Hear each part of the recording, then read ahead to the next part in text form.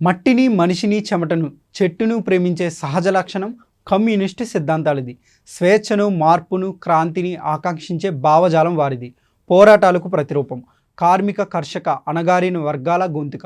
ఎర్ర జెండా, వర్గరహిత స్వర్గం. మానవతావాదకు నిలయం అన్నది కామ్రేడ్ల బలమైన నినాదం. ఇదంతా గతంలో వారికి ఉండే చరిత్ర. మాది దీర్ఘకాలిక పోరాటం. భవిష్యత్తులో బలపడతామని ఆత్మవిశ్వాసం వ్యక్తం చేసిన కమ్యూనిస్టు పార్టీలు వర్తమానంలో ఉనికిపాట్లు పడుతున్నాయి. ఊహాతీతమైన వేగంతో మార్పు చెందుతున్న సమాజంతో పరుగులు తీయలేక సొమ్మసిల్లాయి. భవిష్యత్తు కోసం కాలగర్భంలోని 100 ఏళ్ల నాటి పునాదులను వెతుక్కుంటున్నాయి.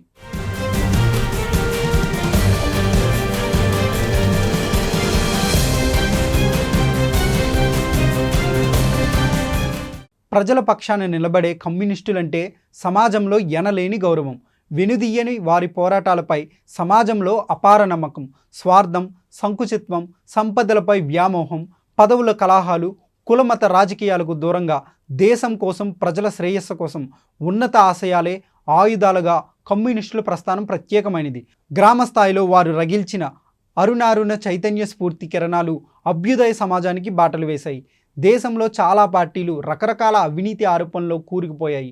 అనేక విధాల అవకాశవాదులతో రంగులు మార్చుకున్నాయి. కానీ 100 ఏళ్ల చరిత్రలో కమ్యూనిస్టులు సౌమ్యవాద భావజాలానికి, లౌకిక ప్రజాస్వామ్య విలువలకు అంకితమై వాటిని కాపాడేందుకు అపర్నిశలు పాటుపడ్డారు.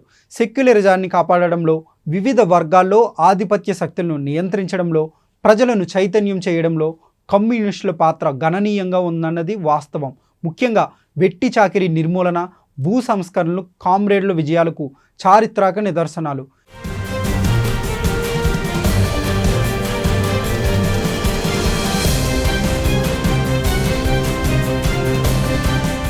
ఇప్పటి పాలకులు గొప్పలన్నీ నాటి కమ్యూనిస్టు పోరాట విజయాలపై ఎగురుతున్న రంగుల జెండాలే. యూపీఏ ప్రభుత్వ హయాంలో తీసుకొచ్చిన ఉపాధి హామీ పథకానికి కమ్యూనిస్టు ఉద్యమాలు చొరవే కారణమన్నది జగమెరిగిన సత్యం. కాలచక్రం గిర్రెని తిరిగింది. దశాబ్దాలు గడిచాయి. రాజకీయాల స్వభావం మారింది. పోరాటాల స్వభావం కూడా మారింది. ధనస్వామ్యం, కులాల సమీకరణ లెక్కల్లో కామ్రేడ్లు వెనుకబడ్డారు. ఇందుకు కారణాలు అనేకం. చీలికలు, తిరోగమనం. 1952లో సార్వత్రిక ఎన్నికల్లో కమ్యూనిస్టు పార్టీ ప్రధాన ప్రతిపక్షంగా నిలిచింది. 1955 ఆంధ్ర ఎన్నికల్లో విజయం తథ్యమని మెజారిటీ నాయకులు భావించినప్పటికీ వారి అంచనా తలకిందులైంది. కాకపోతే 1957లో కేరళ ఎన్నికల్లో కమ్యూనిస్టు పార్టీ విజయం సాధించింది. నంబూద్రిపాద్ ఆధ్వర్యంలో ప్రభుత్వం ఏర్పడింది. ఎన్నికల మార్గంలో కమ్యూనిస్టు పార్టీ అధికారంలోకి రావడం అప్పటికి ప్రపంచంలోనే అరుదైన ఘటన. ఈ విజయంతో ఎన్నికల మార్గంలో అధికారంలోకి రావచ్చనే భావన కమ్యూనిస్టుల్లో బలపడింది. కాలక్రమంలో వామపక్షాలలో ఎంఎల్ పార్టీలు దశ మొదలైంది. ఫోకస్ గ్రామాల నుంచి అడవులకు మళ్ళింది. సిపిఐ చీలిపోయి సిపిఎం ఏర్పడడానికి చాలా కాలమే పట్టింది.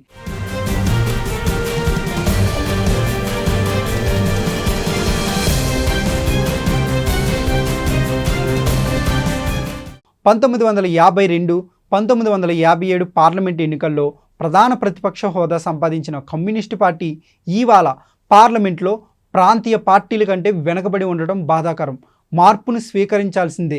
భూస్వామ్య శక్తులను ఎదుర్కోవడానికి సన్నద్ధమైనట్టుగా కమ్యూనిస్టులు పెట్టుబడిదారీ వ్యవస్థను ఎదుర్కోవడానికి సన్నద్ధం కాలేకపోయారు. కాలానుగుణంగా మార్పులను వేగంగా అందిపుచ్చుకోలేకపోవడం ఇందుకు ప్రధాన కారణం.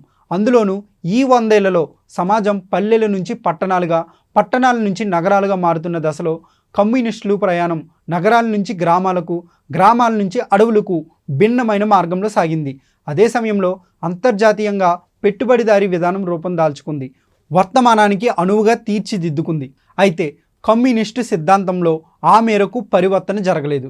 రాజకీయ విధానాల పరంగానూ పరిపక్వత లోపించింది.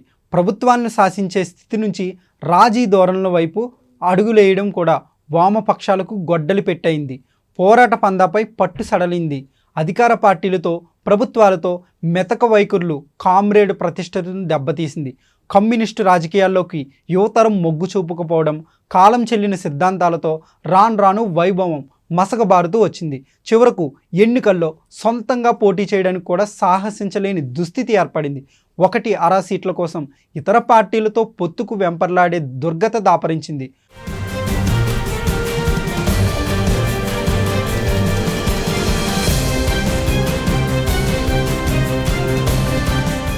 ప్రజల పక్షాన పోరాడే వారేరి.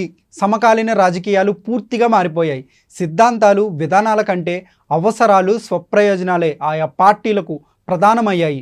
ఎవరు ఎప్పుడు ఎవరితో కలిసి ఉంటారో, ఎప్పుడు విభేదించుకుంటారో తెలియని పరిస్థితి జాతీయ రాజకీయాల్లోనే కాదు, తెలుగు రాష్ట్రాల్లోనూ ఇలాంటి వాతావరణమే నెలకొంది.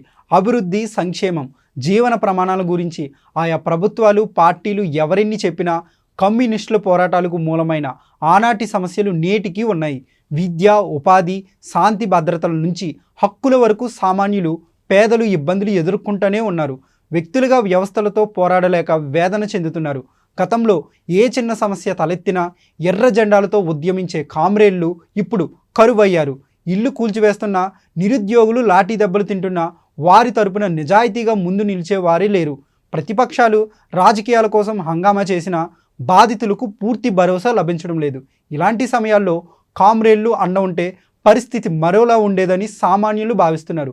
అణగారిన వర్గాలకు కమ్యూనిస్టులతోనే సరైన న్యాయం లభిస్తుందని, వారు మాత్రమే తమ కోసం నిజాయితీగా పోరాడేవారనే స్వరాలు వినిపిస్తున్నాయి.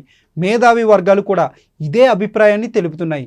రాజకీయం కోసం కాకుండా సమస్య పరిష్కారం కోసం, బాధితులకు న్యాయం చేకూర్చేందుకు ప్రశ్నించేవారే లేకుంటే ప్రజాస్వామ్య సమాజం మనుగడ సాగించేదెలా అనే ఆందోళన వినిపిస్తుంది.